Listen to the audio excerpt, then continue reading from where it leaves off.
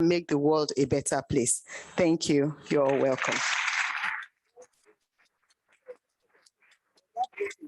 Thank you. In fact, you deserve an award for that brief. That's briefly brief. I appreciate it. No. It's okay. It's okay. No, your one was okay. You needed to. 10 years in 5 minutes is a huge ask, but you did well. 10 years in 10 minutes is the title of 10 years. It's okay. It's not. Don't worry. You did well. You did well. You did well.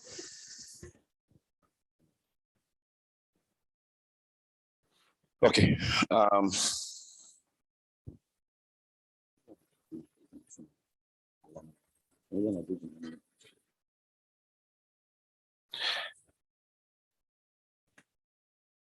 Okay, before I do this, it's important that I also welcome here one of our senior fellows, Madam Yabogun Efnape. Thank you so much for joining us. Thank you so much. Please give her a round of applause. These are some of our really senior. We've also been joined by incoming President-elect, Mr. Ibiye. You're welcome. Thank you.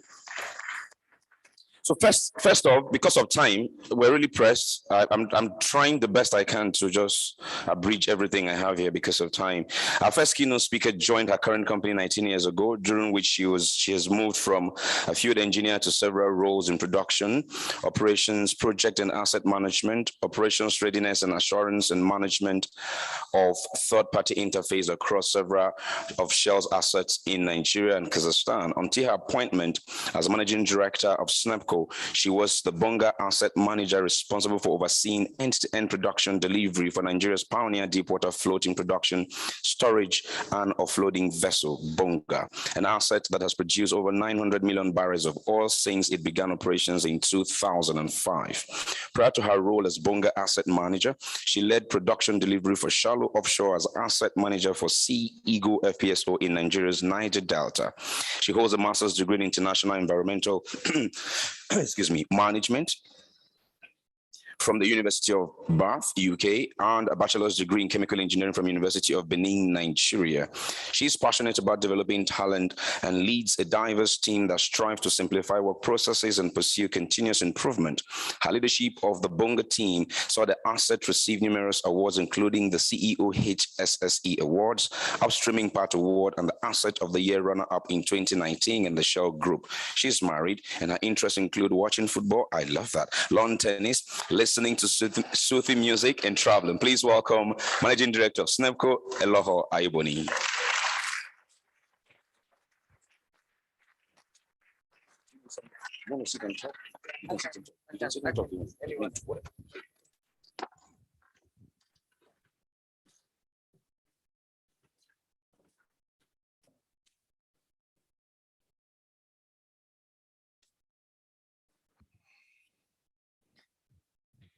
Good evening, everyone.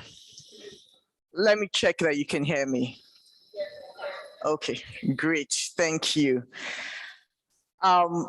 Congratulations, WiGE.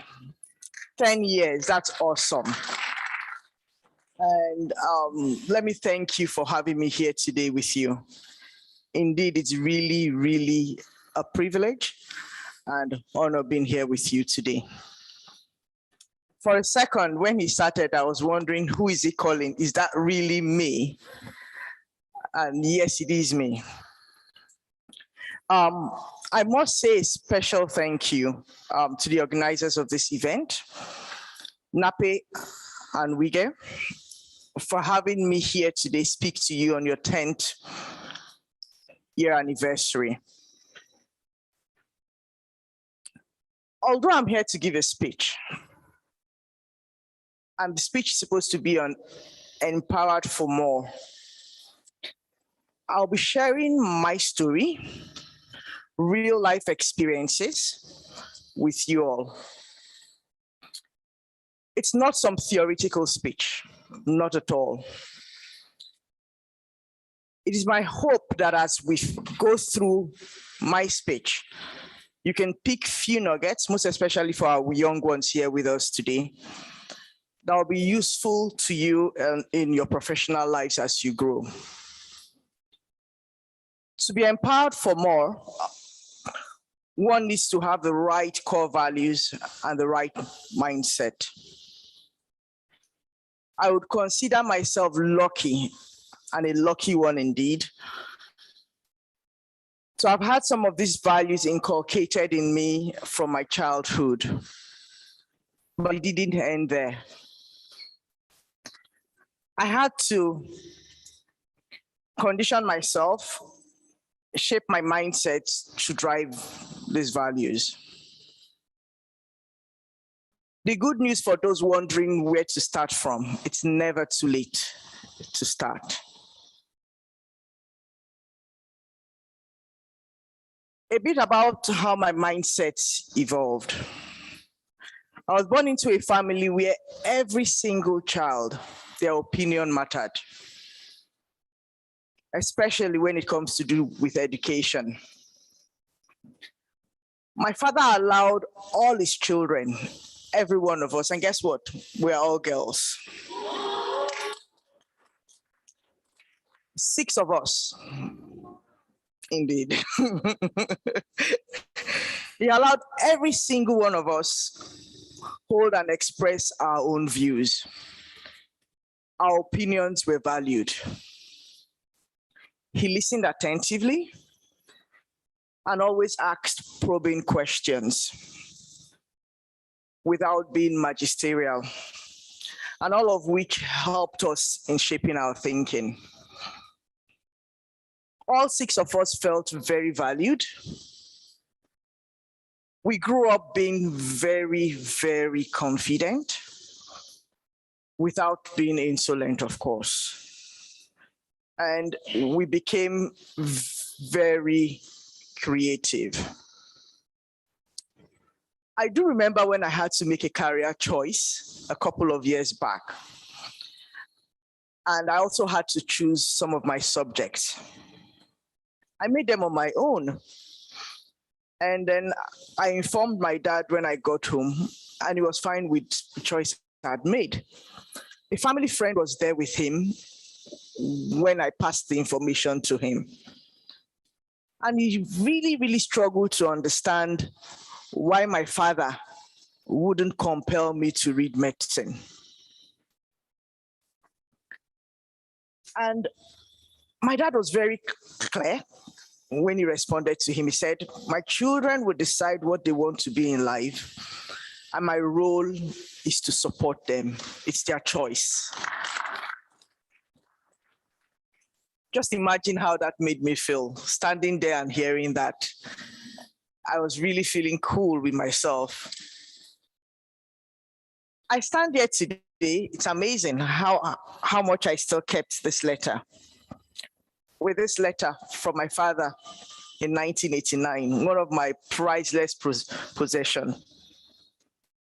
And in that letter, prior to that, I'd written to him, telling him about my change in subjects. Because when I started off, I actually wanted to be an accountant because I had this uncle, tall looking, good looking, and I just felt accountants were good looking. So I really wanted to be an accountant. And by the time I got to school, I changed my mind to engineering. So I had to write to inform him. In as much as he allowed us have our way, we still needed to keep daddy informed and mommy. So I wrote him, and I will share with you an extract from his letter. Your change in subject has been noted, and I hope it would not affect eventually the selection of your discipline in future. That was it. And for me, just reading that, I knew that in life I had only one objective. And that objective was to make mommy and daddy proud wherever I went to in life. And that's still my objective today. And you may wonder why. They valued my opinion. They trusted my choice and allowed me to be me. And for me, that is empowerment. Over the course of my career, I had various challenges, and I learned a few lessons on empowering myself for more that I would like to share with you today. The first step in feeling more empowered in the corporate world is being clear on what your goals are. You've got to be absolutely clear. Your goals and your objectives. You must be intentional about them. And you must understand why you are going for those goals and objectives. And also to add, you've got to be clear on what the expectations are. Manage the expectations properly. As a young grad, I knew from day one that taking a core technical career wasn't for me at all. And that's because I knew my strength. I had great joy working with people. I also had that thing for strategic decision making and then solving problems. Just tell me something, and as you're talking, I'm already thinking about solutions. So I knew going into that core technical, it wasn't my thing. So clearly, I made it clear that my goals had to be in that direction. But one thing I ensured was that those goals stayed aligned with my organization's goal. In every single task I did, how was it contributing to the bottom line? How did it impact the bottom line? How much cash was it generating? I made sure that it stayed aligned. I asked for roles and opportunities. I didn't just sit down waiting for it to come my way. I asked for roles and opportunities that would help me develop to become a leader. I made myself available when the roles were not there, opportunities came. I made myself available to support teams. Another lesson I learned I would like to share with you on empowering oneself is about resilience and not taking no for an answer. I remembered when I just joined Shell as a young production operations trainee engineer. I had two supervisors, two male supervisors. And for me, I felt after a couple of months, I could do more. So I'd gone to ask for more. And one of the supervisors who felt because I was a woman, as far as he's concerned, when there's not much to do, just go home and help your mom at home. For me, it's normal. Okay, I will go help my mom at home. Normal. But I think what was most painful and annoying was that he was deliberately giving the men in the team additional work to do. And I said, I wasn't going to take no for an answer. So I waited for the next supervisor to come. And with him, I just told him I needed more work. And he gave me more work. And as soon as he gave me, I would finish it, I'll come back for more work. And that for me was truly inspiring. He empowered me. And guess what? He became my advocate. He would tell my story to anyone who cared to listen. And of course, it made me feel very valued and empowered. When you become empowered, you do a lot more. And I kept doing more and more. And a lot of people got to learn about me. But one of the things I did also was to stay open to learn. And in staying open to learn, I also asked for space to deliver. Deliver and also help with empowering more and more people. I remember 4 years when I joined our deep water business. I was coming in from shallow water, had no knowledge of deep water. We were having problems at that point. JB, I guess you would remember, water flood. And I had no clue how that system operated. I had to rely on my team because they knew the system in and out. So myself and the maintenance manager, we were working closely with the team, step by step, But we were doing the same thing that we were doing before, and the results weren't changing. So clearly, I said to myself, I needed to do something different. And in doing something different, I said, we'll put up a team and we'll give them space to act. Micromanaging needed to stop. And that was a very good decision that I made back then. And what happened? The guys delivered solutions. This is 4 years ago that are still applicable today. And the system is still up and running with not so much issues as we had back then. So as leaders, we've got to step back and stop micromanaging people. As young ones, when you have a leader that is micromanaging, you have that voice to say, I need space to deliver. Trust me.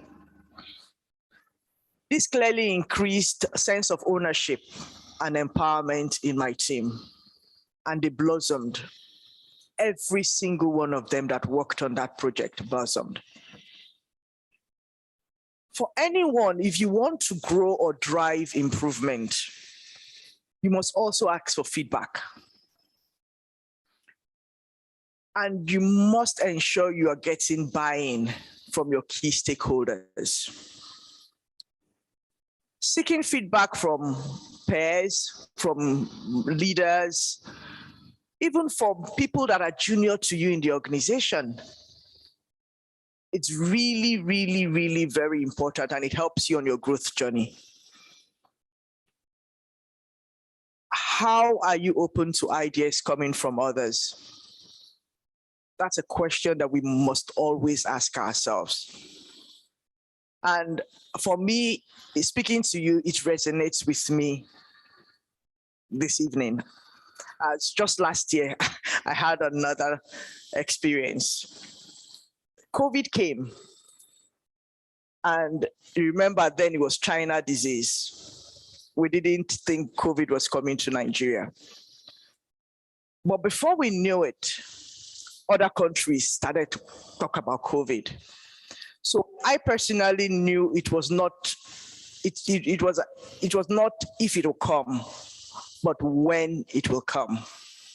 So I thought it was time to immediately start implementing things, defining what is required to be in place. For COVID to get offshore, offshore is a confined space. It's not something you want to deal with there. And we defined what we needed to implement.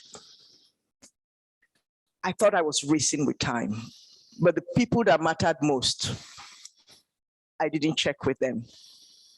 I didn't co-create with them, the staff offshore. And guess what? They didn't own it. And as far as they were concerned, we were not being sensitive. So it created a lot of tension in the organization. I learned a bitter way. I was racing for time, and I thought I was doing it in the best interest of them. But they taught me a good lesson that I don't think I would ever forget. You must make sure you are carrying your stakeholders along. And you've got to co-create with the people that matter, your stakeholder. It's something that I've been preaching, but when it came to implementing it, I failed. So I learned the hard way. So we ended up spending time to co-create together. We reworked the definitions of what we call the controls we had put in place, and they own it today. We are refining, we are improving by the day and carrying them along. We must take time to seek and listen respectfully to ideas and solutions coming from others. Being open and inviting ideas from others will certainly increase empowerment in the team and for us as individuals. The world is changing fast. When I came here today, I had the paper and I said, I'm talking about the world is changing. What am I using backup for? Believe in technology. And so I'm using my phone now. The world is changing fast, and innovation is what's happening. How have we embraced it? How are you moving with the transformation that is here with digitalization? Effective innovation requires diverse thinking. And that's where we all come in as women. We bring that diverse thinking. So how are you developing yourself to embrace that innovation? How are you empowering yourself to become relevant in the next couple of years? Now let's talk about excelling in a male-dominated world. To be empowered for more as a woman in this our male-dominated industry especially, it comes with its own unique challenges.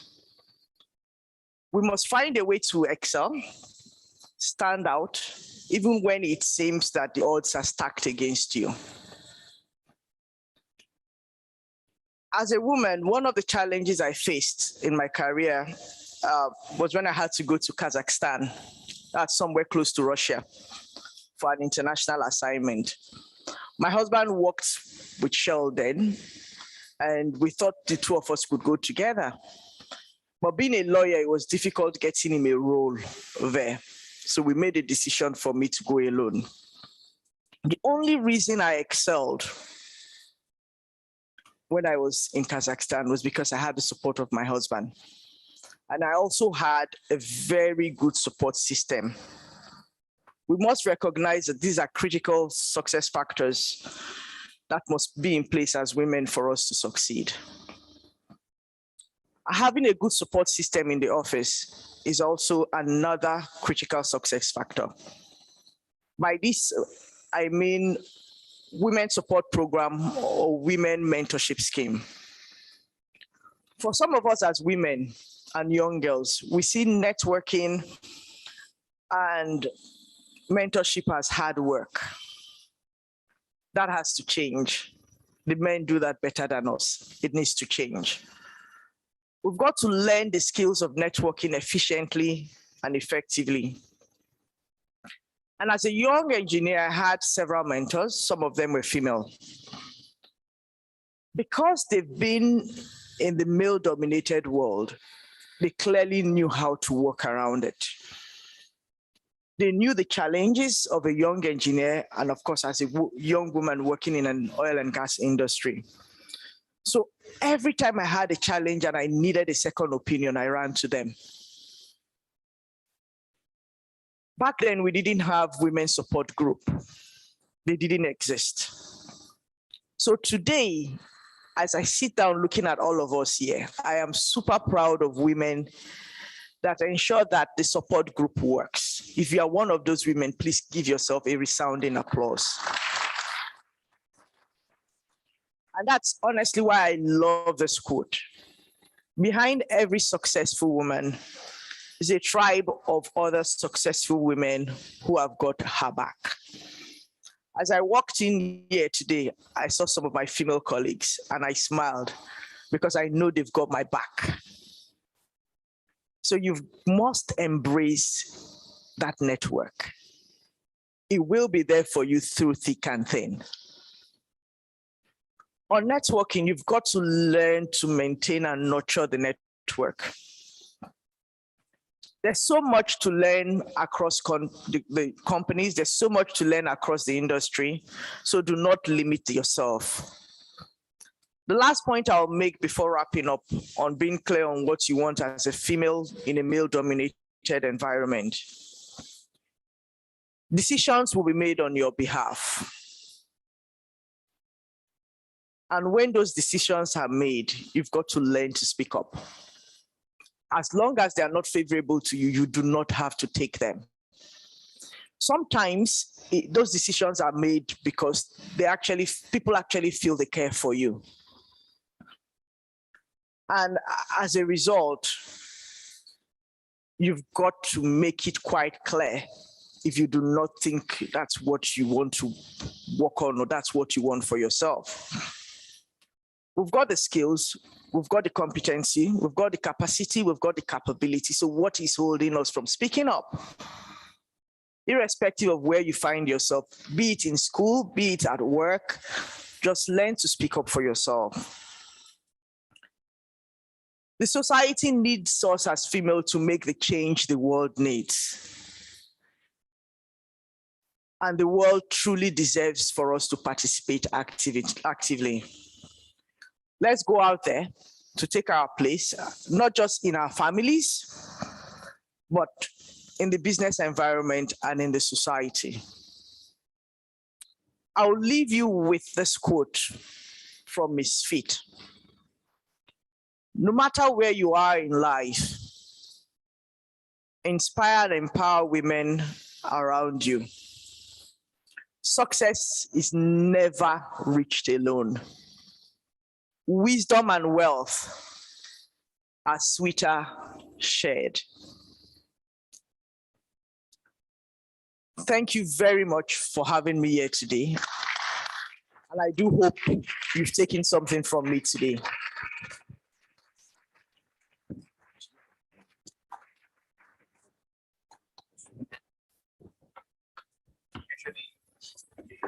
We would have to bring all two speakers on stage, but because she has to leave, we did it this way today. And I'm still appealing to us that we just go straight to her Q&A. Ma'am, please, let's take her question. Okay.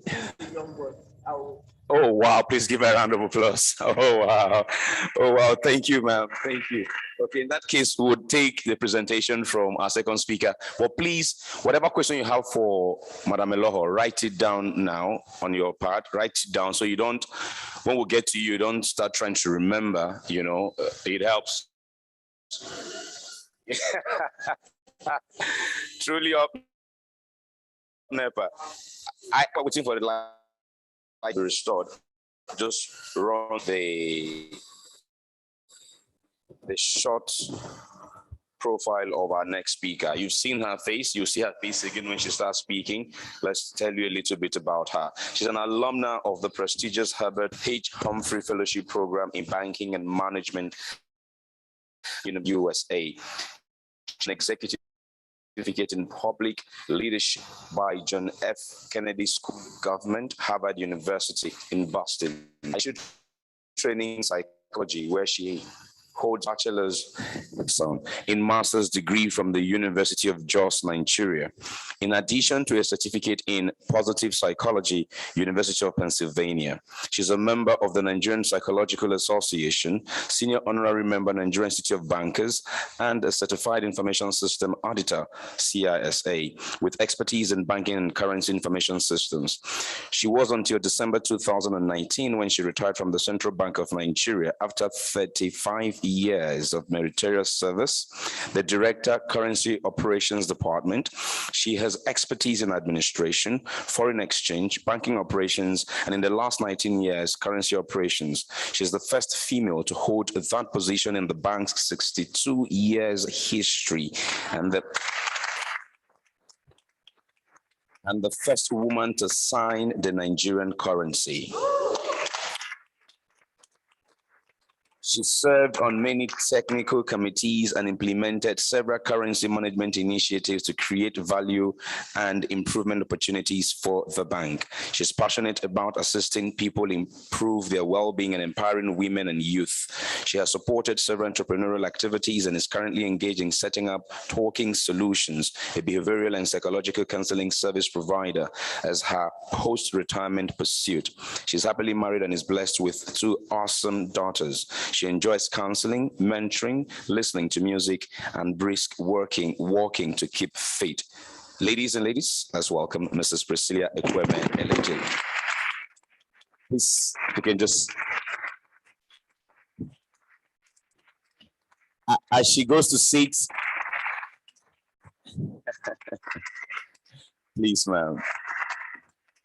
And if I think it's the right time for me to also ask you to join us, please take your seat there. She'll be moderating the Q&A once there. Let's give her a round of applause.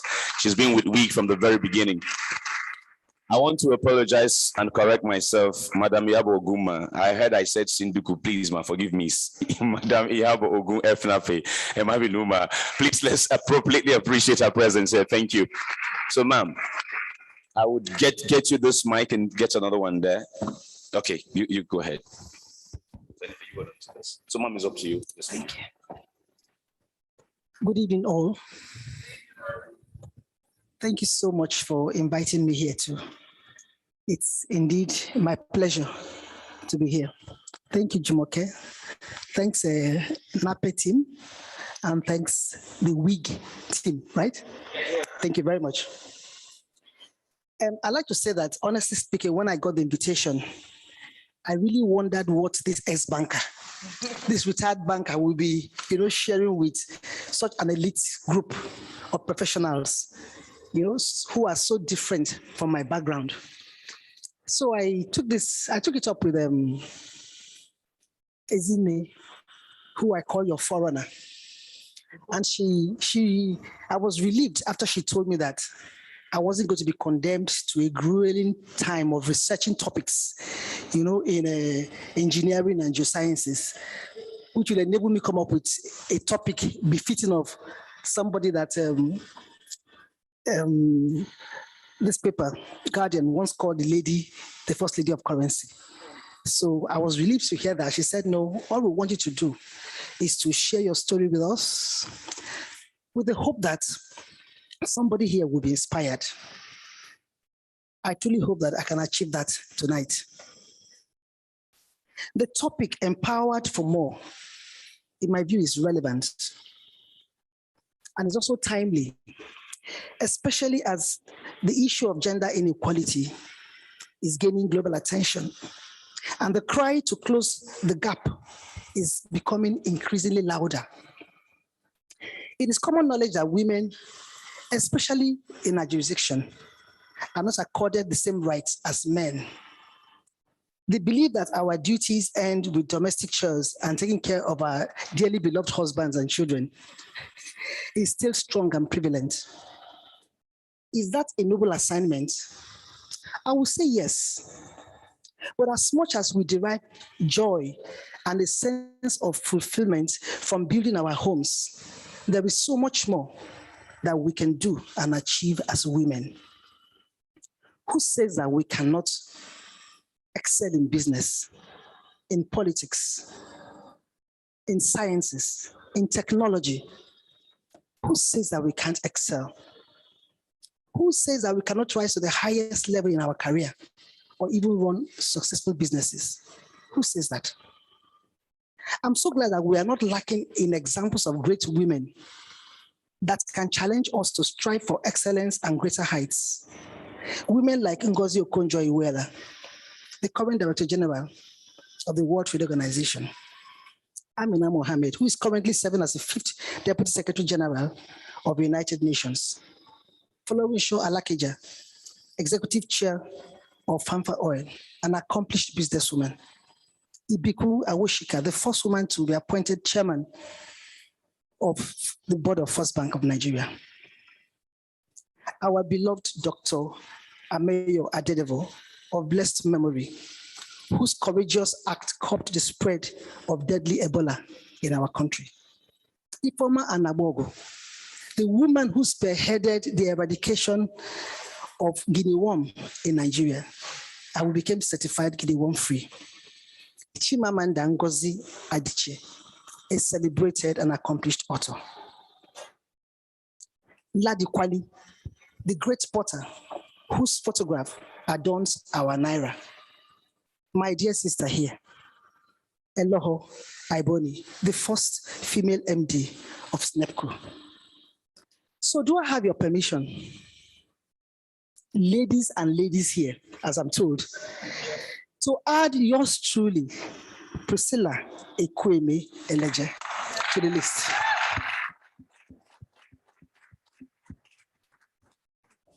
So the question is, who exactly is Priscilla Ekwueme Eleje?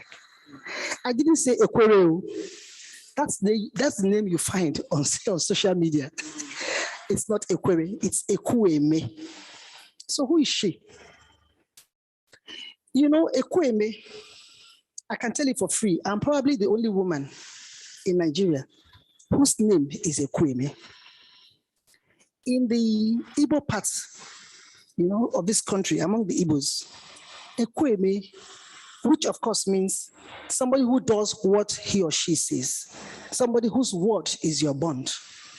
Ekwueme among the Igbos is either a man's name, or is a surname, or is a title.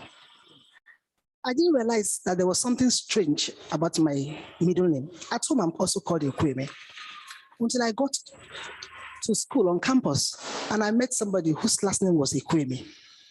So of course, when I got home, I asked my grandfather. He gave me the name based on a tradition. And he told me that while he was working as a carpenter in Onitsha, he had a friend called Ekwueme, that he liked the meaning of the name. So when I was born and he was asked to bring a name for his grandchild, he decided to name me Ekwueme, irrespective of the gender. I'm glad he did, because like the Igbo people say, Afonye Edonye, your name is your guide. And I must say that name has been my guide, and I pray to remain so until the very end. Priscilla is the second of the family of 3 children. My father, Mr. Martin Zoko, was a broadcaster. He's late now. When I remember that they didn't live to see me accomplish so much more.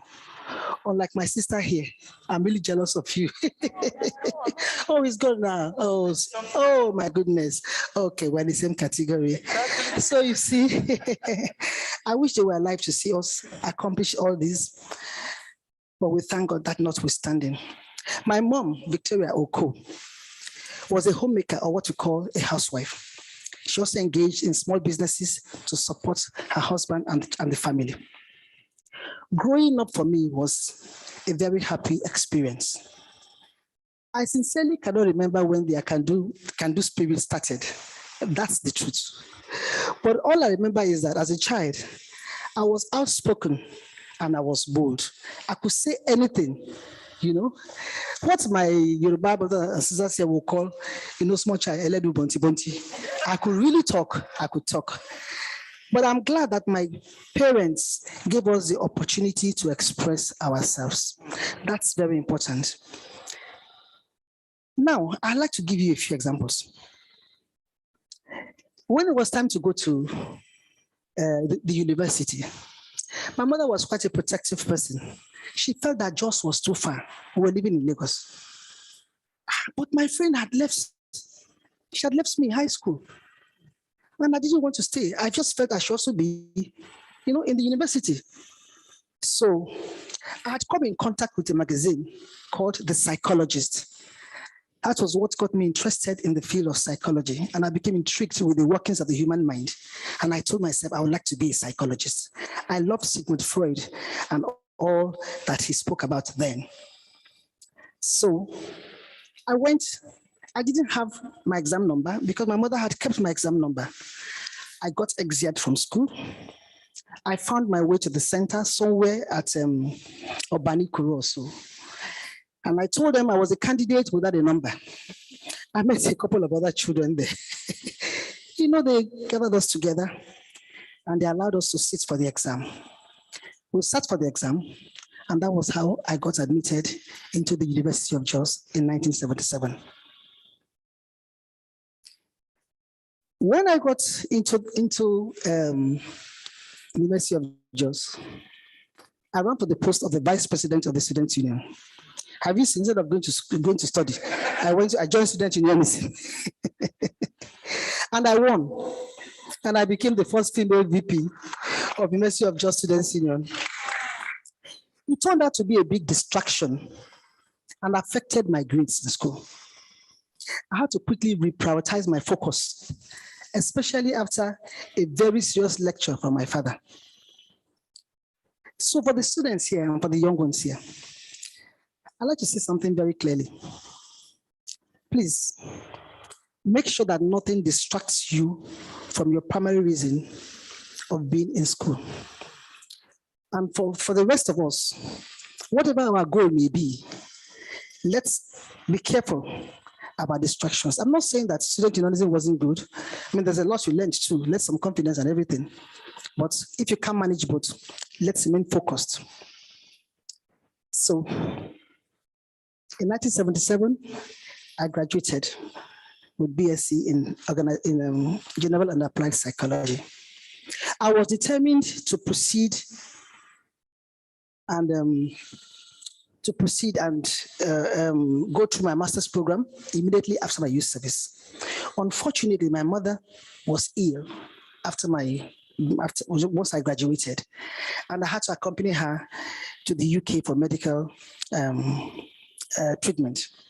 So what that meant was that when I came back, I was already 6 weeks behind, and it translated to 6 weeks extension of my youth service. I served in Zaria, ABU Zaria, as a graduate assistant. I think that was what I was then. But you see, I was so determined, even at that age. I didn't want to miss that academic session. And my bosses then, I believe they saw the determination in this young girl. So they were very kind, and they helped me work out my schedule. So on Thursdays, I will leave Zaria. I will take the public transport. I will head for Jos. I did that on Sunday. I will come back. So in Jos, I will try to catch up with whatever my mates did, in school. I did that for 6 weeks before I was finally able to join the program fully. In 1984, July, I graduated with my master's program in organizational psychology. December 1984 was a remarkable period for me, because on the 6th of December 1984, I was employed as a senior supervisor by the Central Bank of Nigeria. Now, 35 years later, on the 5th of December 2019, don't mind the dates, okay? During my pullout, which is a ceremony you have when you are retiring, as I looked at the different faces in that hall, I was amazed at how quickly 35 years had gone past since young Priscilla joined the bank straight from school. Indeed, I had no idea when I joined the bank, I had no idea what the future held. All I knew was that, like most of my peers, I needed a job. Interestingly, I still recall clearly that the only question I missed in my interview was on currency. It was a question on currency. After what I thought was a very good interview, as I walked away from the panel of interviewers, I was called back. I heard, young lady, come back. And when I was called back, the gentleman who called me back took up something and said, "What is this called?"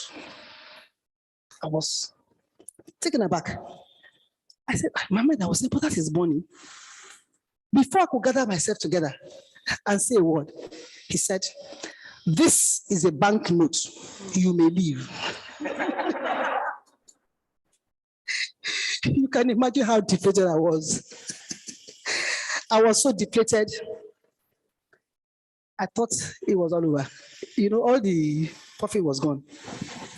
Yet, 34 years after that, it pleased God that not only should I be the first female director of the Department of Currency Operations, it pleased him that I should be the first woman to append my signature on our nation's currency.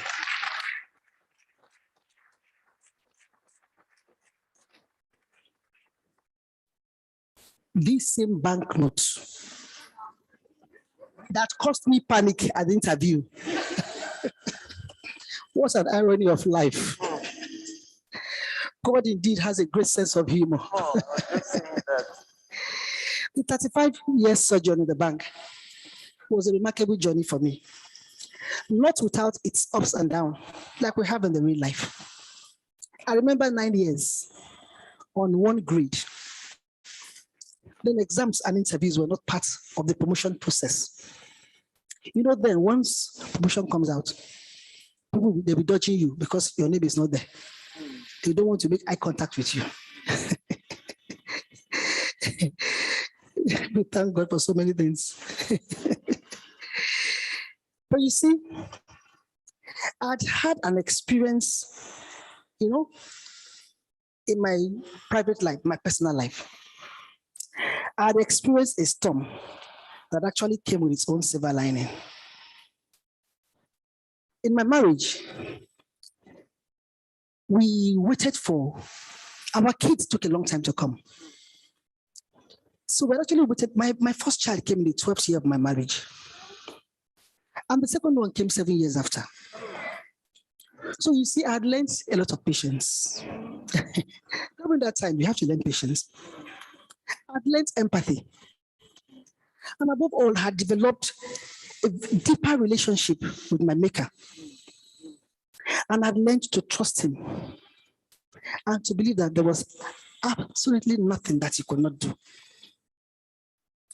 You see, that experience shaped my perspective of challenges. You see, storms either break you or they make you stronger. You either quit or you pick up the pieces and you forge ahead.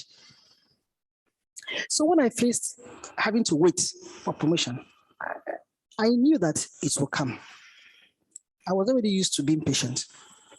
So I knew that it would come. But I also learned a few things. I learned to develop myself, you know. At about that period, I successfully went through the rigorous screening exercise to qualify as one of the 5 Nigerians selected by the United States Information Service in 1995 to participate in the Hubert H. Humphrey program for mid-career professionals in the US. That was how I got to Boston University, where I did banking and management.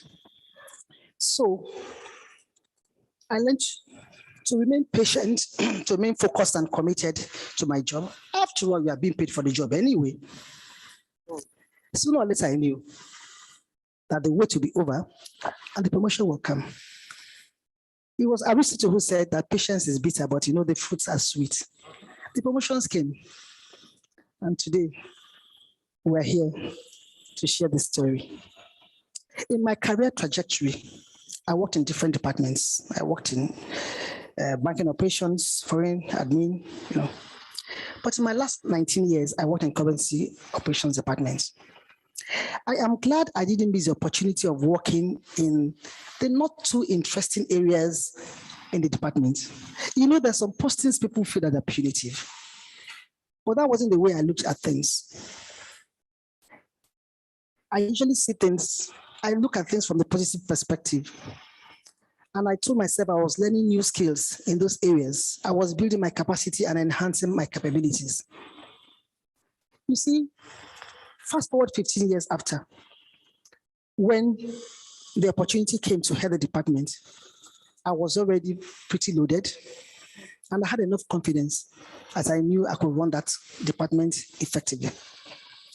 I cannot but mention that I was blessed with great men and women who mentored me as I climbed to the ladder, especially those who did not tolerate mediocrity and anything less than excellence.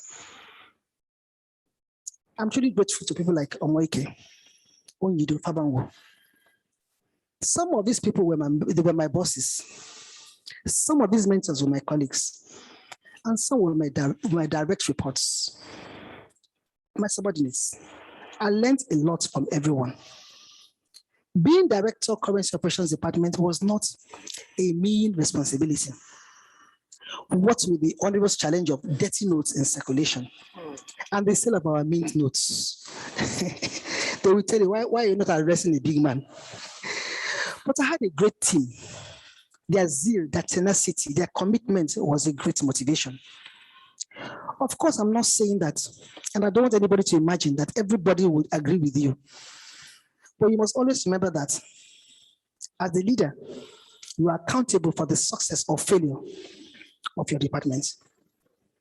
I admit that I pushed my team, my COD family, so hard. I'm sure that when I tell myself, I'm sure that when I left, people were happy. We had our fights.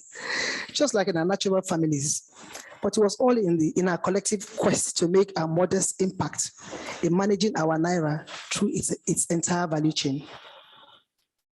To a very large extent, I enjoyed the support of most of my male colleagues. You see, when your male colleagues know that you know your onions, even if they don't like you, they will have to cope with you. So for me, I would say that for a woman, in a male-dominated environment, please strive for excellence at all times and remain focused on your goals.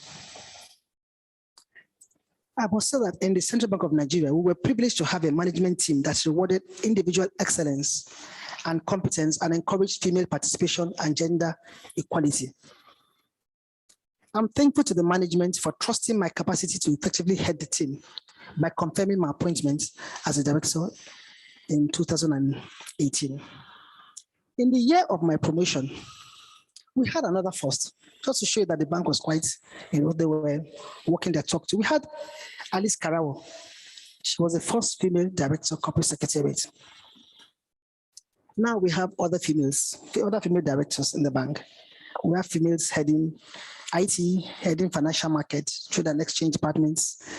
Of course, we had Tokumo Martins, who was the first female director of banking supervision in Nigeria.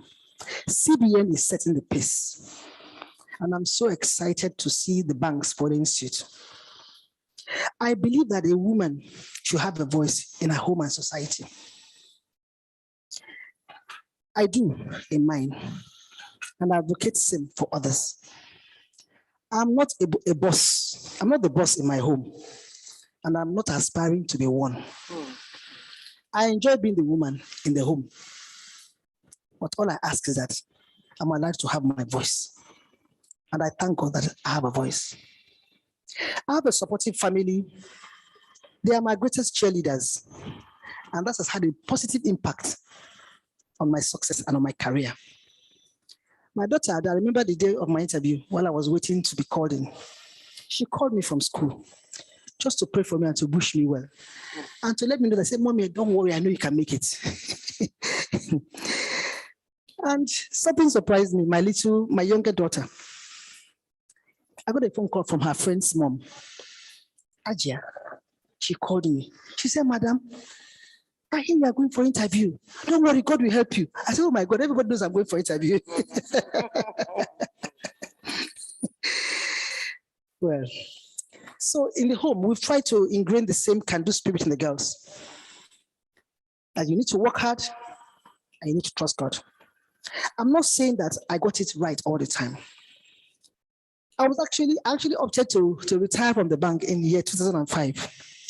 It was interesting listening to you because I was transferred to Abuja and I didn't want to go. I felt it would affect my family and my responsibilities in the home. I had a baby who was under 2 then. I had no help and I was apprehensive about leaving my comfort zone. I'm grateful for my mother-in-law who encouraged me. I'm grateful for my husband who encouraged me. And I'm grateful to the 2 women who counseled me, my 2 colleagues, against throwing in the towel then. They encouraged me that I could surmount all my fears and anxieties about the movements. And I did. If I had retired then, I wouldn't have been here today in front of you all. I took my kids to school. I enjoyed the time I spent with them. I never allowed the driver to take my kids alone when I couldn't do that. I cherished my leave, my vacation. I enjoyed my 6 weeks, but when it became a luxury, I made the most of the 2 weeks we had together. And I kept in touch with family and friends as much as I could.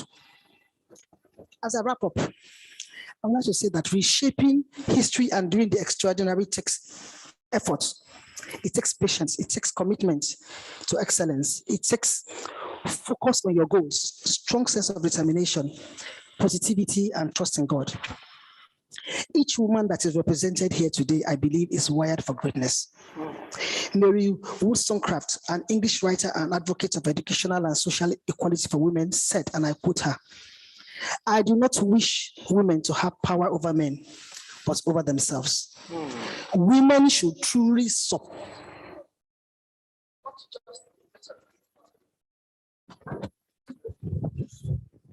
So, Women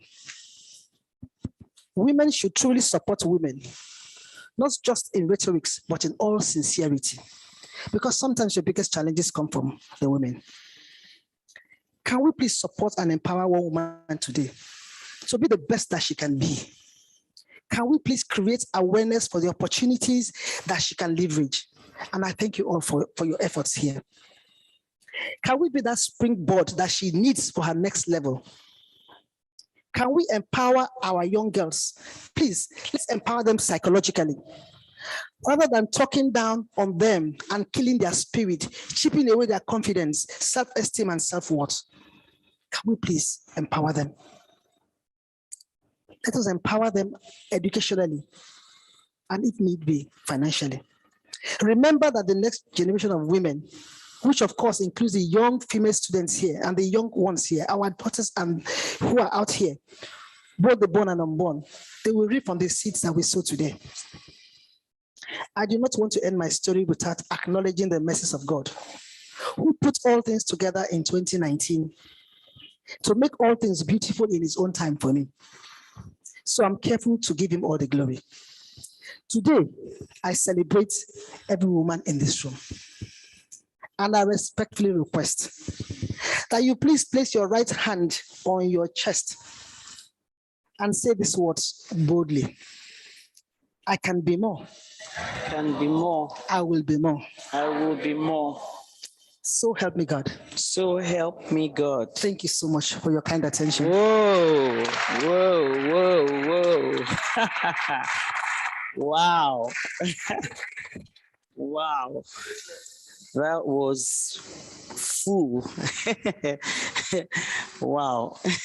It's nice meeting you ladies, a privilege. I don't know, did you write questions down as they spoke? This would be a good time to just, oh, you already have, just let's have the questions. I listened very hard, even though I tried to be techie. At a point I grabbed my pen. I got real and native with myself. I mean, because so much was coming out. From the candidate without a number who wrote the exams, passed it, vied for student union leadership and won. I wrote a lot. I do not wish for women to have power over men, but to have power over themselves. And it's so critical for every woman here to hear this like 10 times. Because every time you hear the story about, oh, the male counterpart, we could begin to think it's a fight between the men and us. That's not what it is. It's actually a fight between us and our psyche. So I'm quite excited about that challenge you've given us, Ma, to empower women psychologically. And that we will take home. We gay people, we will take it home, right? You said I'm not a boss in my home, and I do not aspire to be. I only want to be allowed for my voice to be heard. These are deep things, and I hope we're hearing it. I learned to develop myself, young ladies. I learned to develop myself. If you are here, obviously you are taking that step to develop yourself, but it goes further than that, right? Do we have the questions yet? Elohor, I listened to you very much. I did not realize I should write, and by the time I got my pen, you were wrapping up. But very big for me, success is never reached alone. And wisdom and wealth is sweeter shared. You know, and you know, you talked about the fact that we should be confident about our position. Even if you're getting help and that's not your position, you should make it clear, you know, so you're not boxed into a corner. We have the skills, the capacity, the capability. You know, when you said that, I just pinched Doja and said, that's a lot of assumptions there. And that's for the young ladies here. We are assuming that we have the skills, the capacity, the capabilities. That's a challenge for all of you to know what it is to excel at your level and you know, begin to pursue it.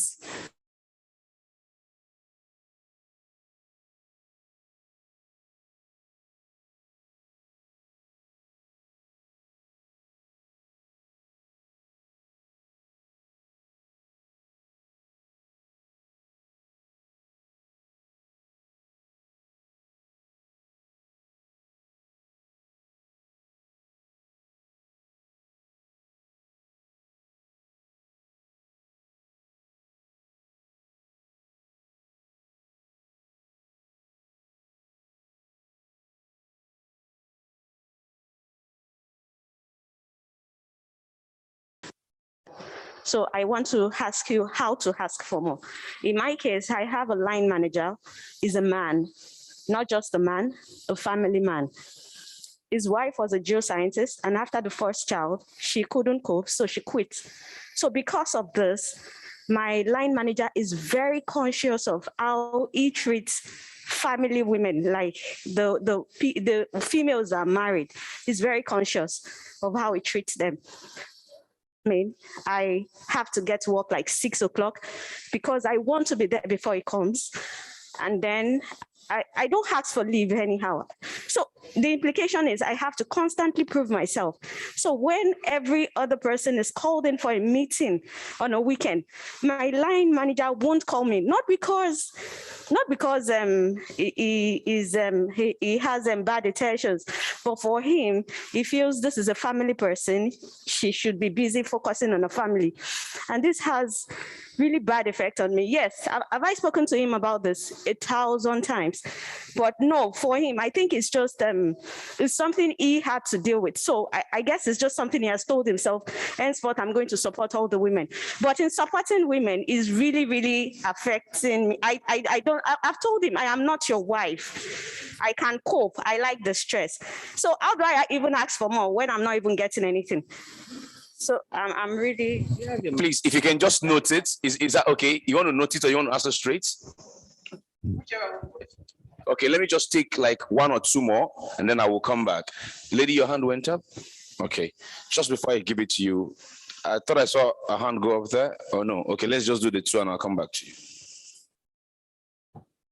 Good evening, Ma. My name is Gabriela. Okay, so I listened very, very closely to Mrs. Elohor and your story, and they both have a solid support system, family support system. What about those that have shaky families, that have traumas, and how do they cope? There's a third hand. That was you. Okay. After the third one, we'll go back to our panel. Okay. Good evening, everyone. My name is Judith. I want to speak to Madam Ekwueme, and I really appreciate the lecture. I really appreciate the way you spoke and the way everybody spoke about the empowerment. I want to ask a question. In a situation where you think that actually you are confident, you are doing what you are supposed to do, but you got to say a level that you people you work under or people you work with think you are a woman, there is a level you can get to. From what my sister said, that you are not supposed to go higher? Or have you been in a situation where you think that you think that, or people think that there is a level a woman should get to, and you feel like you want to drop back and follow people, or you want to move ahead? Have you been in a very difficult situation, a kind of a thin line? Because all I see is the good news. We know that there are a lot of things you have passed through. There are a lot of challenges. I just want to see the challenges, the most difficult challenges, and how you were able to suppress it for you to get to the level you are. I think that is what I want to know. Thank you very much. Okay, please go ahead. Do you want to go? Thank you very much, and very, very good question. When I shared some of my points with you, if you recall, I said they do it out of love or out of caring for you. In the case of your supervisor, he has first-hand experience with his wife, but everybody cannot be his wife. And I love the fact that you have shared it with him over and over again. Please do not give up. Do not stop sharing it with him. At some point, it will sink in. But what can you do differently? If I were in that situation, I would look for someone that can also reach out to him. There must be someone in the team that is also close to, or in the company that is also close to, that you can share with him to say, look, I need support in this area with your friend or my boss. But if you don't have anyone, you can begin to ask yourself, are there other areas where I take interest in? look for other areas that you can keep yourself fulfilled and you take interest in it. In no time, he will soon find out that, look, this one is putting attention elsewhere. I better focus and give her more to do. Please do not be discouraged. It can be painful. It can really, really be painful. Do not give up asking, and do not let him make you then lose confidence in yourself to the point that you think, you know what, because I'm married, I probably should not be pushing for my goal. Continue to forge ahead. Thank you. Do you want to take the next question? Yeah. Let's know which one you're talking to. I think okay, yeah, Yeah. yes, okay. I'll be very honest with you. It's because I also talk with other women, the women we share.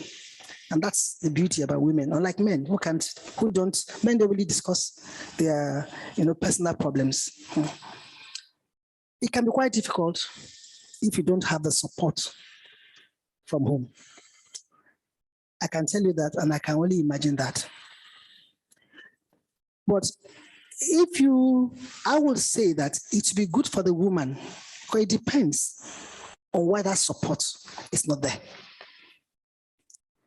It would be good to know why it's not there. She should step back and do an honest assessment of the situation at home and be sure that she's not contributing, to not getting that support. I will tell you, there are a few things. I will not encourage the woman to abandon her aspirations, but if you review the family, you review your circumstance, and you are sure that you are doing your bit as a woman in the home, you are absolutely sure, because sometimes we also are too driven that we forget that we also have, the home, and the man can become uncooperative. So do the assessment and discuss it with him. Discuss it with him. Okay? Sorry? Oh, I'm sorry. Okay, so it's the parents. When you have parents who are not supportive. Oh, I see. Okay, if you have parents who are not supporting you, all right, I will ask you to engage your parents. We have to engage our parents, but respectfully. All right? There must be somebody you can talk to in the home, either your mom or your dad, and there will be somebody who can speak to them on your behalf. But you should begin to let your parents know that you also care for them. Most of the time, we want our parents to show that they care for us, and the younger ones don't also understand where we are coming from. So when you get home and you get to your mom or to your dad, go to him or her, say, "Mom, I love you." Yes, you can break the ice saying that, and then bring up what you want to discuss with her. You'll be surprised her response. Okay, I don't know. I wish I had more details, but I will encourage you. Don't be afraid. It's part of being bold, but respectfully. All right? And keep going, and don't stop going until somebody listens to you in the house. I don't know if that's Jenny, we are not sure. Yeah. She's not sure. You want to say something? Sure. Yes, please. Just hold on. Here you go. Some situations can be difficult, and that's where mentoring comes in. External mentors, you said women, supporting women sincerely. If she has good mentors that are out external, not within the family situation, that can also help reinforce the positive things in her, help to build the confidence, help to say, well, you know, I'm more than this. You just said we should affirm that we can do more. Having someone that tells her that she can do more will help. So that's why it's so important that we here, or WiGE is a forum. Let's encourage her. Let's encourage others that they can do more. So the support they don't get at home, we can be their support system. Thanks.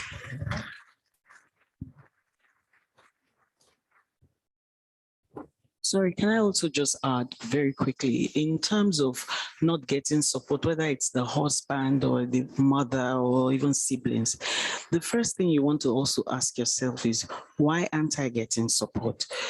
Do we have very, very often, and I know it's not all the every time, our parents want us to succeed and win as much as we do. Often, right? So you also want to just check this area I'm not getting support. Do we actually have the same goal and aspiration for me? So you know how parents, for instance, parents never know that you have grown up. And so they won't let you go past an hour in the evening or something. It's because they are being protective. But at that point, you need to grow up. So first of all, you need to have that appraisal properly put in place. And you know, this person is actually pursuing the same course I'm pursuing, but it's just not seen. Then that approach also, that understanding also will determine your approach, okay? But mentoring, brilliant, right? You want to speak to this one, okay?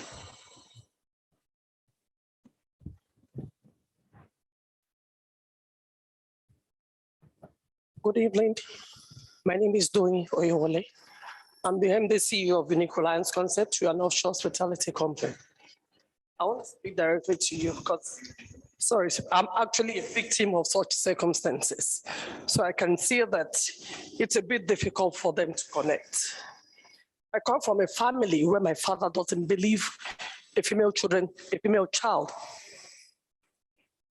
because he's a traditional man. It doesn't mean he lost me less, maybe. So I feel with you.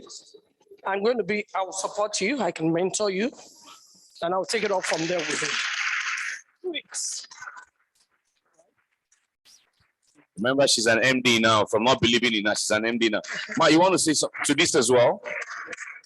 Okay, just let me come to you, ma. Let me. Good evening, all. My name is Noye. I want to address the lady who says that boss kind of discriminates against her during weekend calls.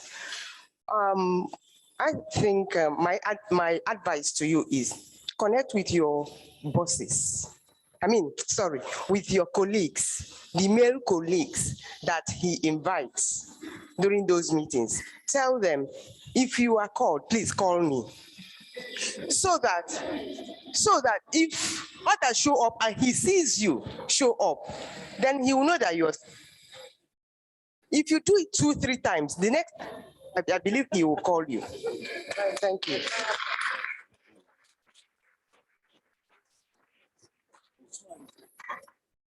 So my name is Priscilla Ekwueme, and I want to address the question about lack of family support. I want to bring it from the point of maybe it's a dysfunctional home, maybe there's financial stress, there's financial strain, or the fact that there is maybe many women, many children, and things are going on.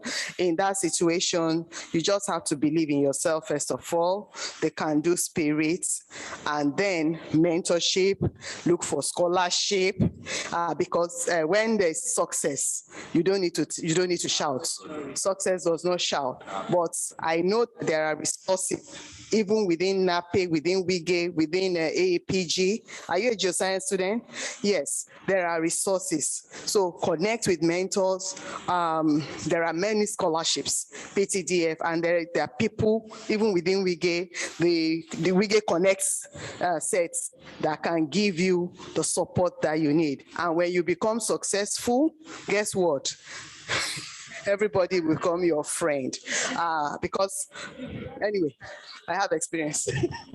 Okay, so on this again, with the boss. this is the last comment I will take, and then I'll come back to you. They answer the questions you have, and we'll wind down from there because she still needs to go, right? Yes. I want to talk to the lady with the bus, and I want to share my own experience. As a woman, my name is Abiola Shoremeku. I'm in NAOC. And as a woman, when we're in the oil and gas industry, we work in a male-dominated world. So there was a time when I was in the safety and environmental department, and in that we had to go for impact assessments on the high sea. Sometimes you have to spend 2 days, 3 days, and all that. And anytime there's a field experience like that, my boss, a field trip, my boss would say, no, I cannot go. So there was this day in particular, I went to someone, above him, and I told him that I needed to go for this field trip. So grudgingly, my boss allowed me to go. But what did I do? And he was saying he was doing it for my own good, that, people fall sick, that when they have seasickness, they cannot hold it together. So what did I do? I went to the medicals. I said, look, if you go on the field and you do not want to throw up, you don't want to feel sick, what would you do? He said, you take a tablet, Avomine. You take it 24 hours before or 48 hours before, something like that. So I told her to give it to me. So I took it 48 hours before, and I went on the field. 3 days we spent, I was standing. This boss that said that I could not hold it in, he was flat on the ground. For the whole 3 days, he could not eat. But me, I was eating rice, eba, and I survived. So you see, you need to do it differently. You need to prove a point. Don't just stop talking. Do something and let them see that you're able to do it. So since then, he could not tell me that I could not do it again. Thank you.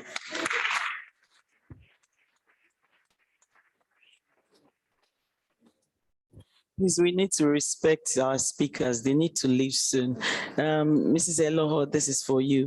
What are the basic things or attributes needed to be confident? Do you have a mic there? There you go. Yeah.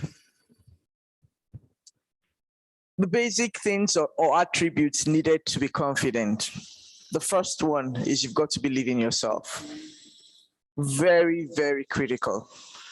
The second one is you've got to train yourself with knowledge. You must acquire the required knowledge. Because once you have that knowledge, you are confident. And then the third one, for me personally, is to be a great listener. Listen to people around you. Stay open to learn from them. Listen to them. And with that, you will become more confident than ever.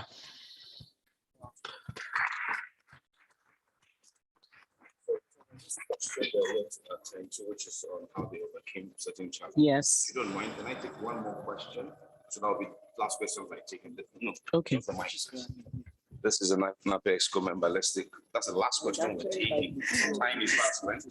Thank you. I'm Juliet Mudianoge, and this question is for Madam Elohor and Madam Ekwueme. I need your opinion on that because there's something that ladies pass through, and I have friends over 6 that had this experience. So I need your response to that also. Like especially in the oil and gas, you see a lot of men don't want their wife to work.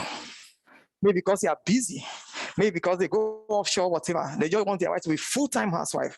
I've seen a lot from different IOCs companies that their friends are my wife. I mean, my friends. Their wives are my friends. So they have this passion to be in career, but the men just say, you are staying there. You are not going anywhere. You are not working. And it's like their mental, the thing is telling on them.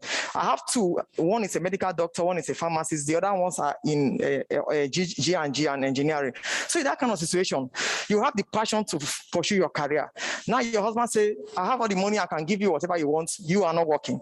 And you don't want to. How do such women handle such things? Thank you. So it's back to you, my madams. This one is marriage counseling. I envy you. I don't envy you, ladies. Okay, so here's how we'll do it. And the other question here is what challenges you experienced and how you tackled them, pretty much. When you were challenged, what kept you moving, actually. That's what the question is.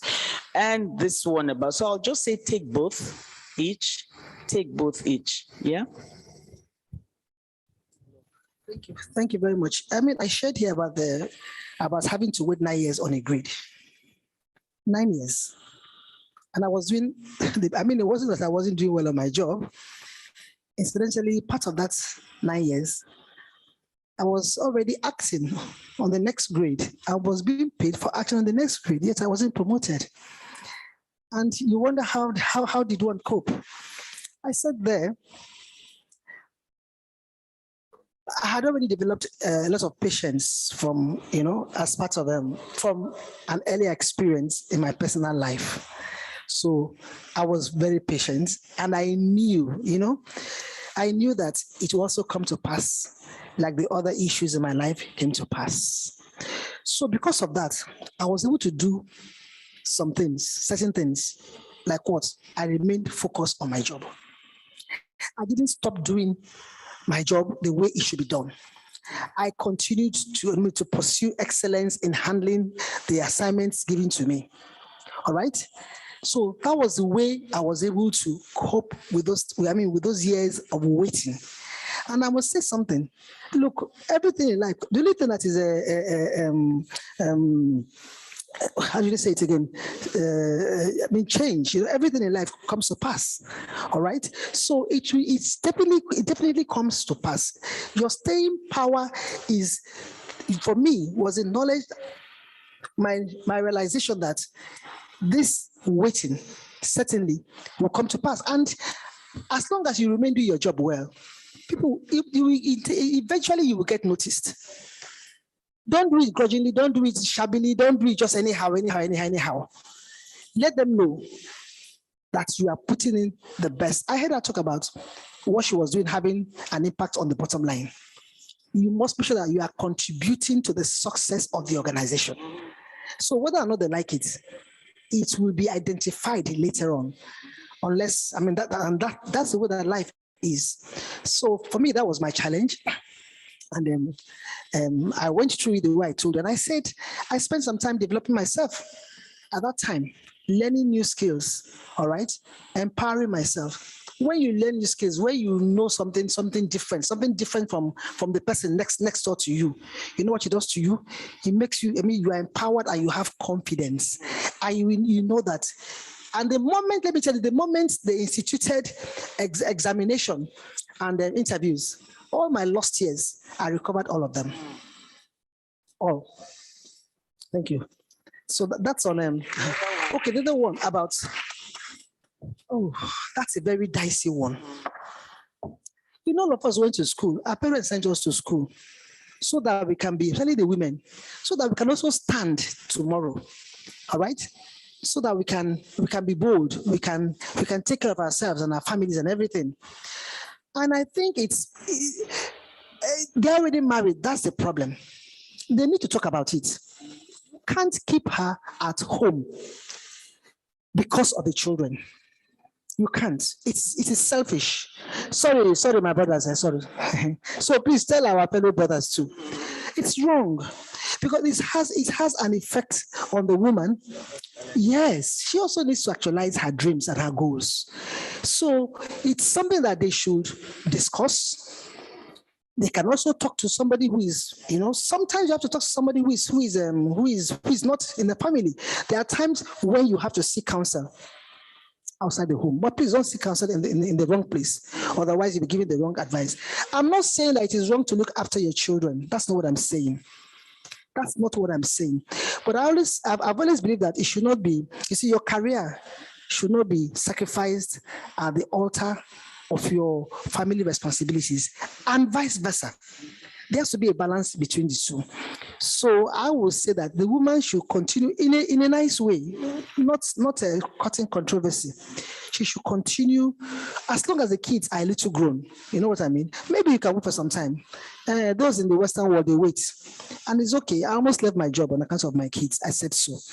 But people helped me. She should speak to the man and keep talking about it. Yeah. She should not abandon that. Keep talking about it until you can reach a decision. I think. Thank you. Thank you. Let me start off with the young ones. before you get married. It's important to understand the person that you are dating. These signs are in most cases, you can actually pick up the signs in the early days when you're dating. If you have someone that you cannot share your future with, it's time to run with the speed of light. But if you decide that you can manage, you can't change. It's difficult. You can change yourself, but thinking you can change somebody else, it's gonna be a challenge. So please, for our young ones here, please bear that in mind.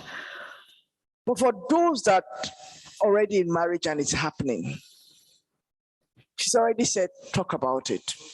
You talk about it to help your mental state of mind.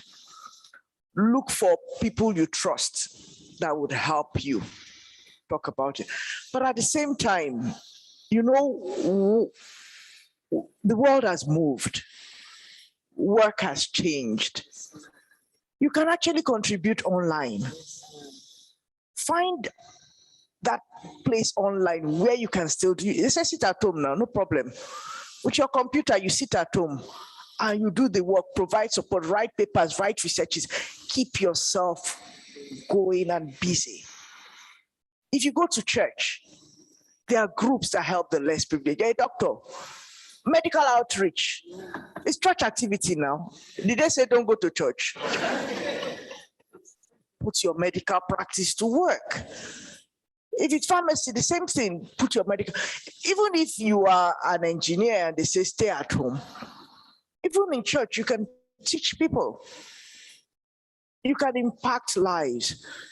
Please, for your own mental good, do not sit at home and say, they say sit at home. I will sit at home and just be complaining to myself. These days, before we used to say in Nigeria, people don't have psychological problem. We are seeing it. Please, let's take care of ourselves. And if you have people like that, let's help them. And talking about a challenge and what kept you going. I once had a boss that didn't believe that I had the capacity to deliver. I changed jobs and I got into that position newly. When I was going to resume, I went with my husband. I was to go in on Friday, but I needed to formally hand over. So I couldn't go. The person that was to take over from his wife needed him at home. So he left on Thursday. So Friday, there was nobody there. So my husband said, I'll take you to work that Saturday. So he drove me to the field. And as we got into the field, we left the house pretty early. Reports should go out at 6 o'clock. We left, I believe, about 5:30. We were there a few minutes to 6. Immediately, I jumped on the computer. I started preparing the report. He saw my husband and said he wanted to talk to my husband. And my husband went in. As my husband came out, he said, I'm going, come and see me off. So as I was seeing him off, he said, beware of that guy. He doesn't have your interest at heart. I said, what did he say to you? He refused to tell me till today what he said to him. But immediately I knew that I was in trouble. So what did I do? I immediately looked at places where they had loopholes. They were my strength areas. I started doing the work. And before you knew it, things started turning around. He didn't understand how I was doing it. I was giving the glory to my other male colleague. I didn't answer him. When I went on time off, they got hooked. They had to look for me to go to the office to solve the problem for them. So you've just got to find where that gap exists, where it's your strength, use it to deliver outstanding performance for yourself. And guess what? A couple of months after I got moved into a new role, guess who was blowing my trouble pulpit. The same guy. Till today, when he sees me, he talks about me as she worked for me. I made her who she is today. No problem. It's okay. I've heard.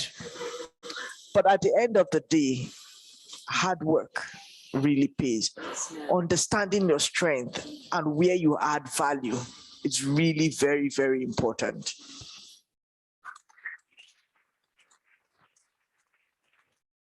Just very quickly, from all the answers we've been hearing, there's one key thing. You can't question results. That's what I'm hearing from everywhere. So guys, ladies, just pursue the results anyhow. You can't question results. I've told people before as a consultant that you can actually have a boss that hates you, but if you do so well, he will fight for you not to leave while hating you. But he would do because he knows that you are his help. Okay. Now, the other thing I want to just speak to is the point you made about confidence, about knowing stuff, study, developing yourself. Please, I just want to add that the stuff that you know is not necessarily tested by the number of likes you have on social media. Please, if you have 1 million likes and 1 million followers, it's not the test of whether you know something. So be very careful. It's an illusion which we also need to work against. Know the real stuff, right?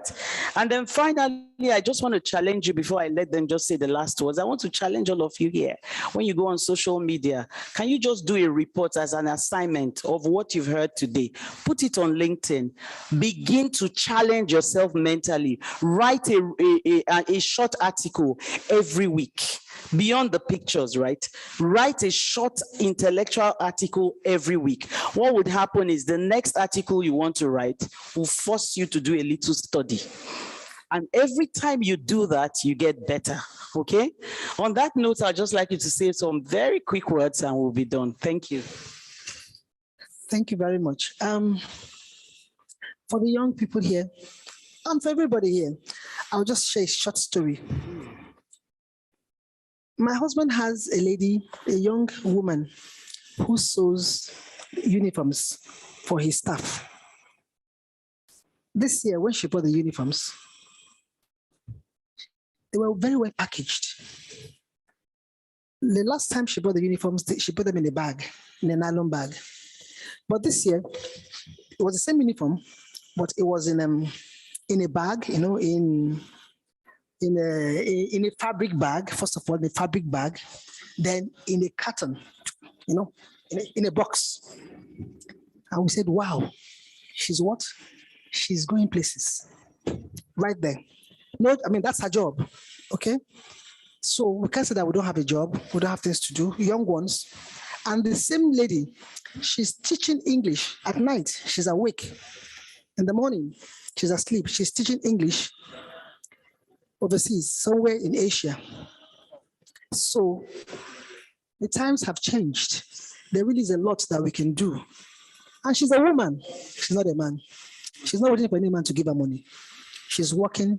She's empowering herself, even at a young age. So let's not just stay idle. Let's continue to empower ourselves. We can all do it. Thank you.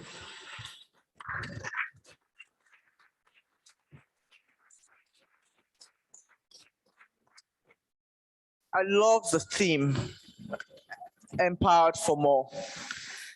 And clearly it starts with you. You've got to develop yourself. Do not wait for anyone or any organization or any boss to empower you. It starts with you. Take on that challenge today. And by the time we have a world where every single woman is empowering herself, imagine what this world will be. Every single woman empowering ourselves. Let's go out there, encourage one another, and empower ourselves together. I want to ask you for 5 minutes favor. There is a 3-minute video I want you to watch. Just go back here and sit down so you can see it properly. After the video, we'll observe our usual week tradition with the two of you. Please, let's give them another round of applause. Just hold on. When they see that you play the video, after the video, we'll observe that tradition of appreciation. Then the committee will join the two of you to cut the cake. That's it, and we're done. The video, please, just 3 minutes plus. Can we have the video now?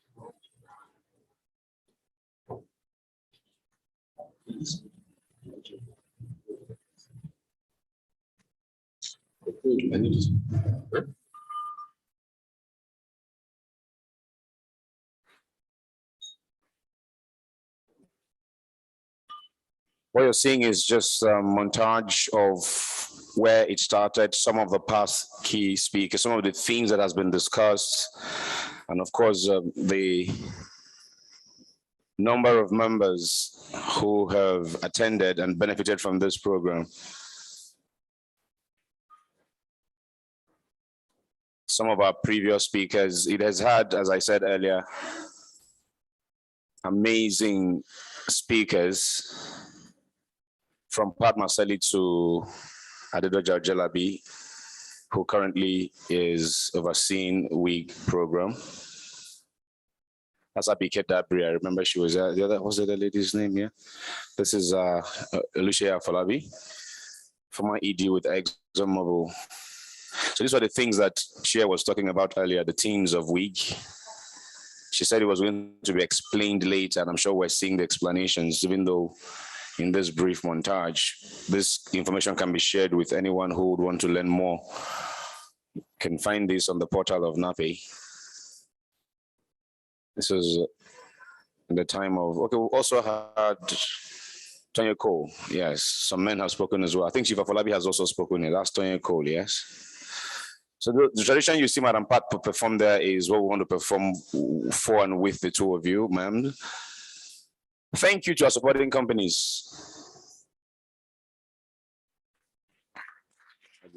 Thank you. So we've taken you from what seemed at the time like a ground zero to where we are today. And now, Madam Adedoja Jelabi, I want to believe this will be yours and this will be mine. Madam Adedoja Jelabi, if you can please come and present. Let me begin with Madam Elohor Aiboni. Ma'am, if you can step forward. Managing Director of SNEPCo. The beautiful thing about successes is you can actually follow the marks it leaves behind, and that's what we have heard. Okay, so we have a tradition, and it's become like our trademark. For our speakers and presenters, we have this special thing that we give that I hope that you will like or love, and you would be happy to, we also use it to support local content. But I'm going to, I think it will be, I'll present it to you so that hopefully you can open it, and please, a round of applause. We are very thankful that you came, and we appreciate the points. We appreciate the sharing of your story, because as Mrs. Atobloye said, people will see your point A and your point Z and not see the years where you didn't have shoes. But now you've got shoes, and that's all they see. But thank you for sharing the story between the 2 points. Thank you. Yes. Okay. And the big reveal. Gang, gang.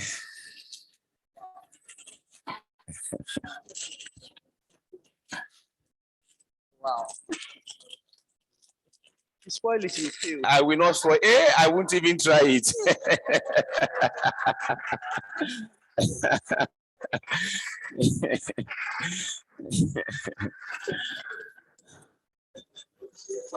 Well, I hold this one. Sorry.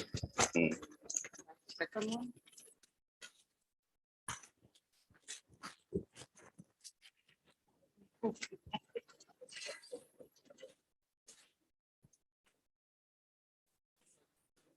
Awesome.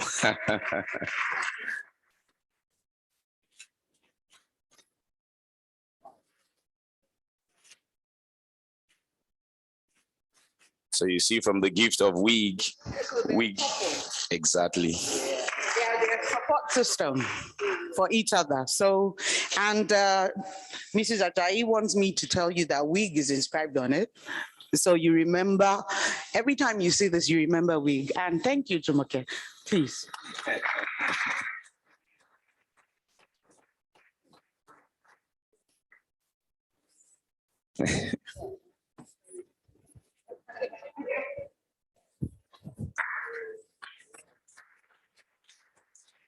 So that's the trophy of appreciation. You can call it that. Thank you, Madam Elohor. Let's invite Madam Ekwueme Eleje now.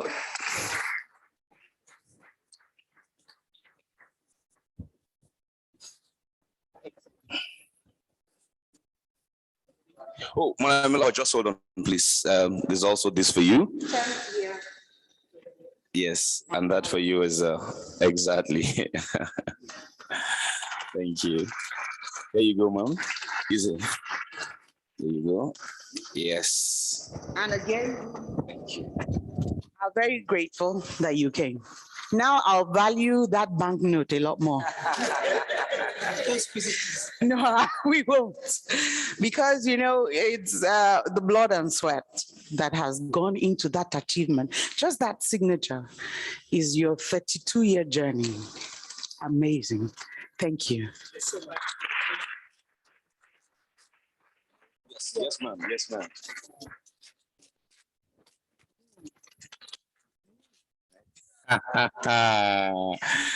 Beautiful.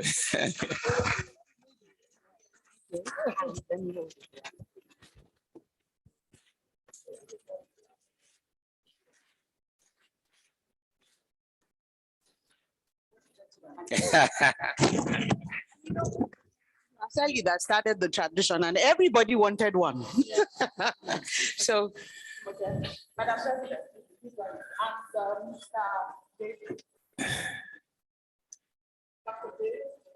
Dr. Edith. I also need to give her this. Yes. Also giving her this. And this is, and from NAPE as well. Thank you. Let me hold this one for you. Yes.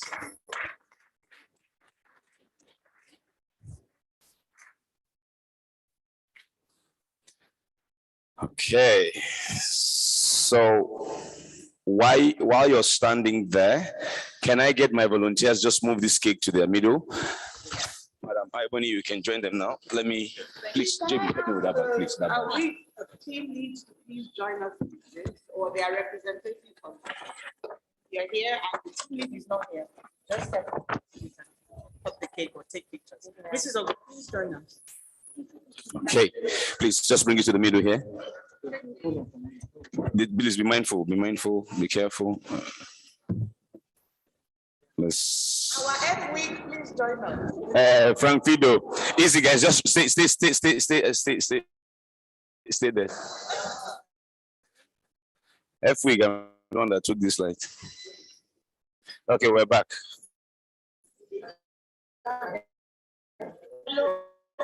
The one man, and he is the second F-wing. He has not been.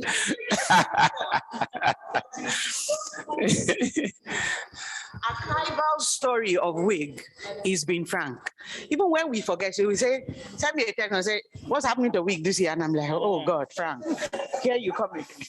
Okay, so we're going to do the cake thing.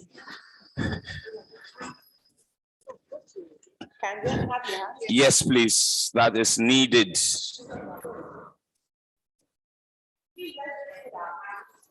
Yes, please. So we're just going to count down from 1 to 10, and at 10, everybody will say WiGE at 10. Are we ready? Are we ready? Okay, so let's do it 1 to 10. 1, 2, 3, 6, 7, 8, 9, 9.5, 10. WiGE at 10. Congratulations, WiGE. Congratulations. So remember, we're sitting in the raffle draw. Madam Elohor would have to leave at some point, so don't worry, we're doing the raffle draw. Let's celebrate one more time 2 of our distinguished, most distinguished speakers for WiGE at 10. So you agree with me that we got the right speakers for WiGE at 10. If you agree with me, one more round of applause for the committee and the speakers. Thank you so much, Madam Doja. Thank you, Madam Ajayi. Thank you, thank you, thank you. Great work you all have done in delivering WiGE at 10. Okay, Frank Ofido, the raffle draw bowl. Dun, dun, dun, dun. Drum roll. Okay, so okay, sure. So this year we've done something a little bit different. Everybody wrote their name. Now this is where if you didn't write your name, sorry. Everybody wrote their name, and by the names you've written, the number attached to your name has been written and dropped in this bowl, right? So I will have Madam Ekwueme pick my first piece of paper for me, and I will give out the first prize. Madam Elohor will do the second one. Ma'am, please just pick and give me. Thank you very much. Thank you. Madam Elohor, please, ma'am. Speak anyone there? Yes, yes, yes. Lucky number 7. There you go. Okay, so this is Madam Ekwueme's, and this is Madam Elohor's. Frank, what am I giving out first? You know, I will call the number, and when I call the number. No, guys, you want to move that table? Let me move my raffle box. Yeah, it's okay. Let me move my raffle box. My raffle box. Top to no, bottom top. Okay, fantastic. Okay, so Madam Ekwueme picks lucky number 74, all the way down. Hey, late comers will be rejoicing. All the way down. 74 is Edward Ocha. Is this Eukarya or Edward? Ocha. Okay, let's make it easy. Your phone number, right? Your phone number, because your handwriting is like you're a doctor. Phone number is your phone number is 0809 945. No, wait. Maybe we want to give this person money. Let's not call the phone number, so they don't be asking the person for. Let's not. Where did we stop? 0809, and then your last 4 digits is 6042. The first letter of your email address is E. Okay, yeah, the doctor. Come and tell us your name first. Come now.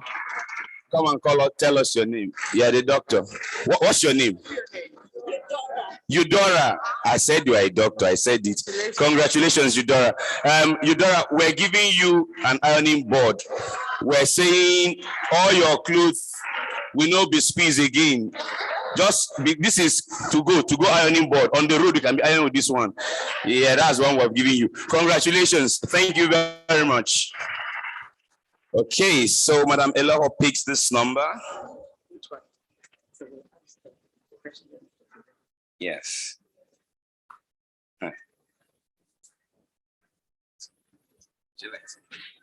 Okay, Madam Elohor picks lucky number 19, and that goes to you, who is Dada Abiodun.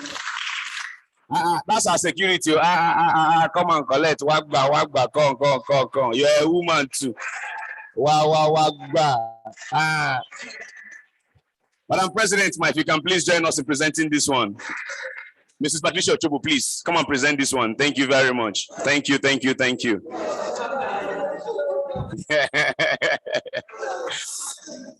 So, our highly esteemed senior fellow here, Madam Iyabo Ogunma, if you can pick the next one for me, please. Just speak and give me one. There you go. Thank you, Mama. Thank you. And she picks lucky number 29. And you are Okon Blessing A. What is Okon winning? Wait, why did I get security? Security, I said you should be drinking tea, Abi.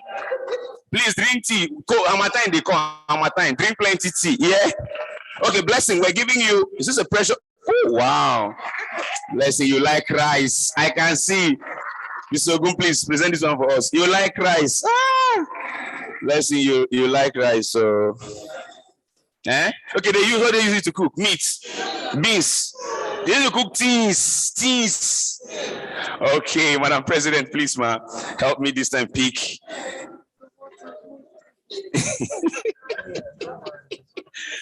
Madam President gives me lucky number. Let's see. Come, I need an usher here. A volunteer, come. All of them, they wear red like danger. Come, they allow me to walk up and down. Come. No, it's not. Is that the last one? That's the last one. And that's the grand prize.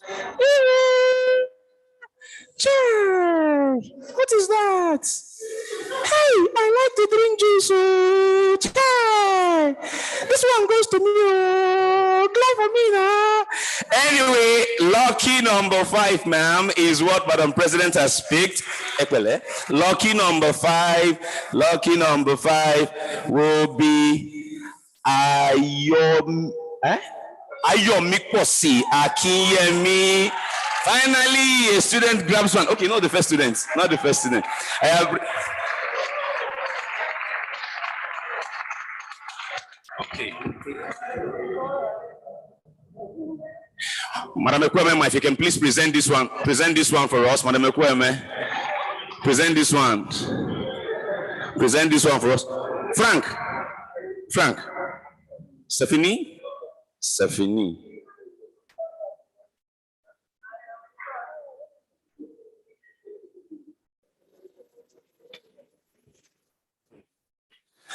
Okay. Okay, so please, I like hi, what do I like again, sir? I don't even remember. Watermelon, banana, pawpaw, and then after some time you can do tiger nut. I go come. Anyways, so real quick before we close, the people who emerged the finalists for the WiGE logo contest, can you just step forward for a quick group photograph with the committee of WiGE, real quick? Okay, you're one of them. You are the you want Nigoni. We're not explaining your family. You are the winner, church. It is well. Okay, so what really happened here is when we got to her 10th birthday, as we celebrated today, the committee in her wisdom decided that they needed a change in the logo and called for what do they call it again? Oh, I beg your pardon, not changing logo, forgive me. A 10th year logo, like we did at NAPE at 45. At NAPE at 45, we had a logo to celebrate, not changing logo, it's to celebrate the 10th anniversary. And then a commemorative logo. That's why you are the president. That's the word I've been looking for since, can you imagine? A commemorative logo to celebrate what you've just witnessed today. And we got entries from different people. I think ended up with about 5 or 6 entries. And she emerged the winner. Yes. Congratulations. Please celebrate her. Madam Adedoja, please come forward first. Madam President, please come forward. PEVP, please come forward. And let me add to this picture our 2 keynote speakers. Let's bless how this picture, I know this picture, Instagram go here. Hey, she will say that's the woman that signed 500 Naira note in 2019. Tag. It is well. Somebody should send me that picture too. Exactly. Madam Aleo, please come this way. Let's sandwich in the middle there.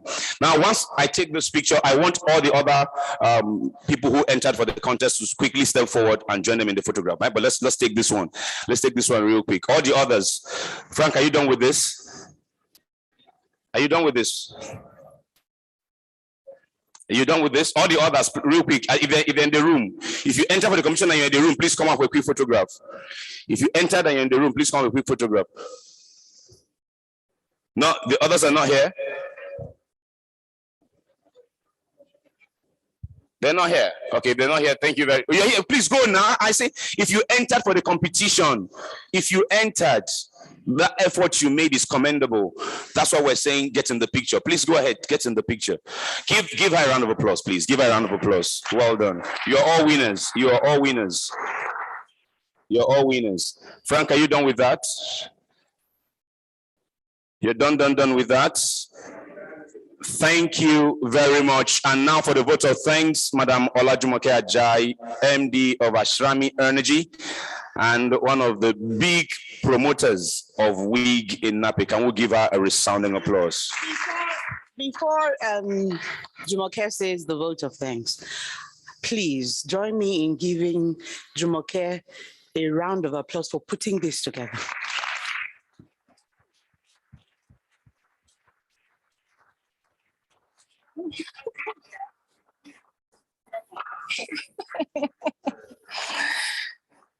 Good evening, everyone. WiGE program is always, the hall is always full. Sometimes we have up to like 400 participants, but for COVID-19, you know, we can't have everyone here. Thank you for making it this evening. And most especially, I say very big thank you to our two speakers. It was as if both of them saw, I don't know if you observed that, their stories are just alike. And what that shows is that if you want to be successful in anything you do, the process is very clear. You must have a goal. Everything they said, you see, when both of them spoke, I jotted some things down and, you know, they were just similar. Thank you very much for sharing your story, your life story. It must have touched many people here tonight. And I'm sure that there will be some people here who had lost hope in themselves that will think otherwise this evening. And I'm sure your story would have touched some people that the story will help them to get to the peak of their career, a career I think they were about to drop. Thank you very much. And I pray that the position God has put you in, it won't be the limit for you. You will go higher. And people here also, you will hear wonderful stories from everyone here. I learned one or two things from your story, and I'm sure many also did. God bless you for accepting our invitation. I know that your schedule is very tight, but coming all the way from leaving all that you have to do to honor this event. Thank you very much. We appreciate you. And on behalf of the executives of WiGE, I say very big thank you. And thank you very much. And I wish you a safe journey back home. God bless you all. Thank you, our president. She's the second female president of NAPE. NAPE is 46 years old this year. The first female president is our chairperson of WiGE, Mrs. Doja, and she's the second one. And I was the first female vice president in the 40th. So you can see women are doing excellently well in NAPE. And we want you all also to learn from this and believe in yourself and know that you can do much more. Thank you very much. God bless you all. And our men, we appreciate you. Thanks for your support. If you had not supported us, we wouldn't have clocked 10 years and still standing. Thank you. God bless you. Okay, so somebody asked a question. Because of time, I could not pass it. But let me say this. Let me say this as I close, and that is, if Dr. Mudiani, your friends, I'm not the counselor, but somewhere in their past, did they ever wish of a particular trajectory in life? I give you an example. Somebody said, growing up from secondary, she said, all I want to do is be a tailor. She went on to the university and read mechanical engineering. She would not practice that. She went on to become a teacher. She would not practice. She did that for a few years and woke up and I said, I'm quitting. I want to go and start sewing. It was when trying to build the sewing business and she was struggling, she now realized, sat down one day and said, how did I get here? She now remembered all through secondary school growing up. She said, I wanted to be a tailor. What you say, you become. Fact. So if your friends had said I'm not saying this, but if they, for any reason they said, I want to be a housewife, I want to enjoy, I'm listening, I'm not saying they did. All they can do is just retrace their life with their words and say, now I want to do this. Every morning when they wake up, they say, I want to practice medicine. I want to do whatever that thing is. And then have that conversation that Madam has spoken about with their husbands. Trust me, I believe every woman can get their husbands to do whatever they want to do if they flip the card right. See you next year at WiGE. Bye-bye. Good night.